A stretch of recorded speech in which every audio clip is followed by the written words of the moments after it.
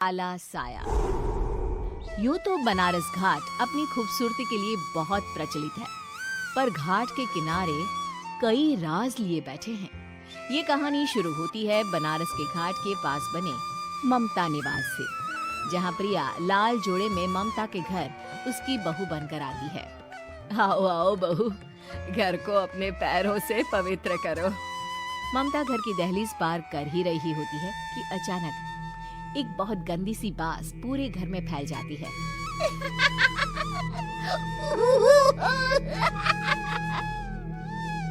ये बदबू और ये आवाजें, ये कौन हंस रहा है माँ?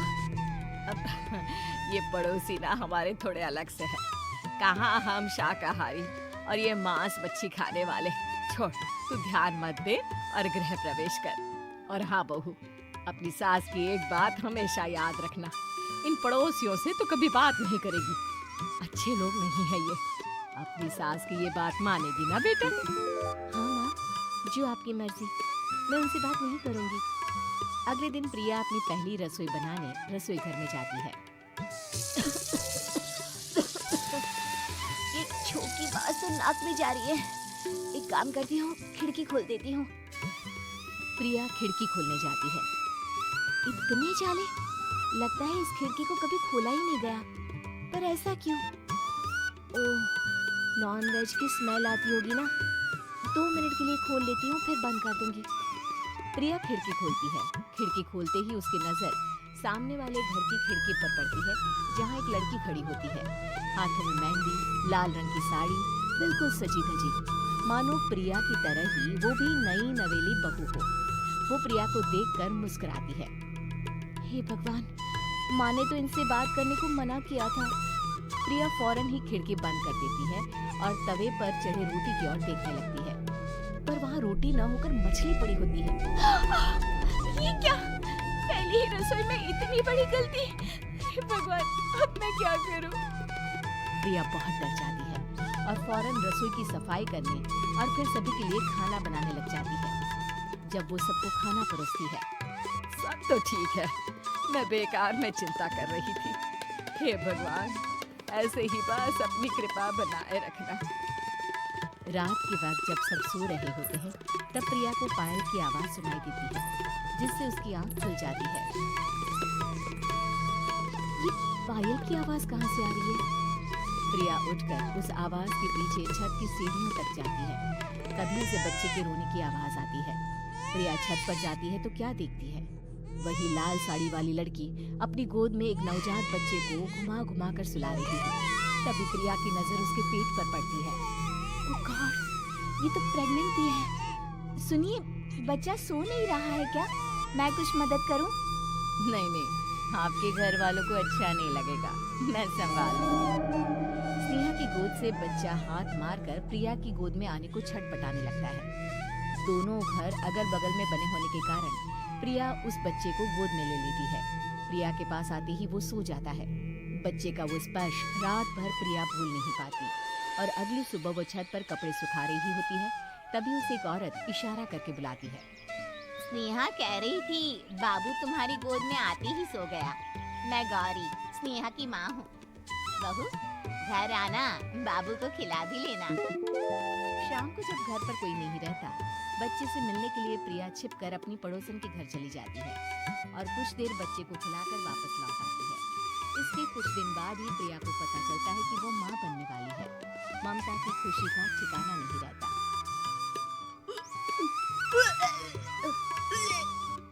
माँ जी, पता नहीं क्यों उल्टी आ रही है। प्रिया भागती हुई वॉशरूम में जाती है तो हरे और लाल रंग की उल्टी करती है। उस उल्टी में से कीड़े निकलते हैं। ये क्या? खून और ये कीड़े! माँ! माँ! प्रिया की आवाज सुनकर ममता दौड़ कर आती है, पर बेसिन में कुछ नहीं होता। प्रिया हक्की बक्की रह जाती है। ये सब क्या हो रहा है? प्रिया घबरा जाती है और अपने कमरे में जाकर सो जाती है। डर के कारण वो इतनी थक जाती है कि उसकी आंख लग जाती है। तब उसे ऐसा लगता है उसके पेट पर मानो कोई बैठा हुआ हो। प्रिया के पेट पर एक 5 महीने की बच्ची बैठी हुई थी, जो बुरी तरह जली हुई थी। माँ, तुम्हें मुझे चिल्लाई ना अपने पेट में? मैं तुम्हारी माँ नहीं हूँ।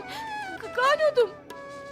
माँ, देखो मैं जल गई बुरी तरह से। 6 महीने पेट में रहने को भी मुझे नहीं मिला। सहला दो ना माँ। बचाओ! बचाओ! माँ! ममता दौड़कर कमरे में आती है। प्रिया की बातें सुनकर वो सब समझ जाती है। तू कहीं बगल वाले घर में तो नहीं जाकर आई ना बहू? मुझे माफ कर दो, मैं गई थी माँ। उस घर में सब मरे हुए हैं बहू। कई साल पहले स्नेहा उस घर में बहू बनकर आई थी। कुछ ही दिन में वो एक बच्चे को जन्म देने वाली थी। पूरा घर बच्चे के आने की खुशी में खोया था। एक दिन अचानक उस घर में आग लग गई। सब बुरी तरह जलकर मर गए।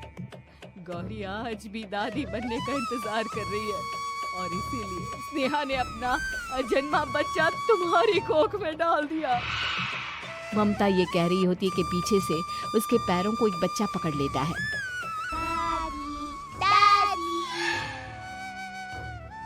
माँ, स्नेहा की गोद में यही बच्चा था। ये बच्चा कौन है फिर? तेरी मौत है। तेरी भी दादी। जिस चीज का ममता को डर था वही हो गया। ममता निवास के ऊपर मौत ने चादर बिछा दी थी। प्रिया का पेट ऐसे बढ़ जाता है मानो 9 महीने का हो। 2 हाथ उसके पेट से बाहर निकलते हैं। बहू, संतोष को फोन कर, किसी पंडित जी को बुला बहू। प्रिया का पति भागता हुआ घर आता है।